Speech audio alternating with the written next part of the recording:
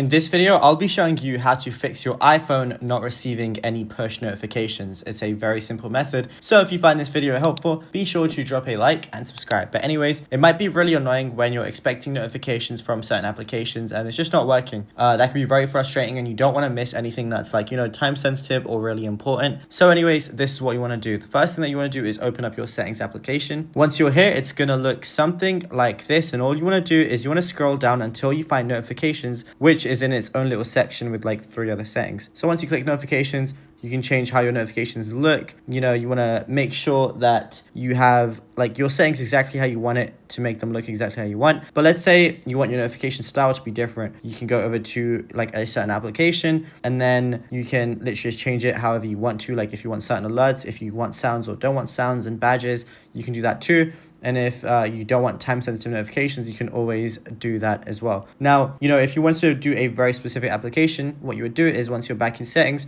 scroll down until you find apps. From here, just search out whatever app you want. But let's just say, again, we're doing something like Amazon. From here, I can literally just turn on notifications. Right now, they're on deliver quietly, but I can change them exactly however I want to. But then after that, you should be good to go. Now, the final thing I'd recommend is obviously going over to your control panel, just making sure that you're not on Do Not Disturb, because if you are on Do Not Disturb, you want to turn that off so that you can actually receive notifications, because on Do Not Disturb, you're not going to receive anything, no phone calls, texts, or any notifications from any applications. So obviously just turn off Do Not Disturb, and then after all of those things, you should be good to go. Now, if you found this video helpful, be sure to drop a like and subscribe, and also let us know in the comments what more tutorials you want from this channel in the future.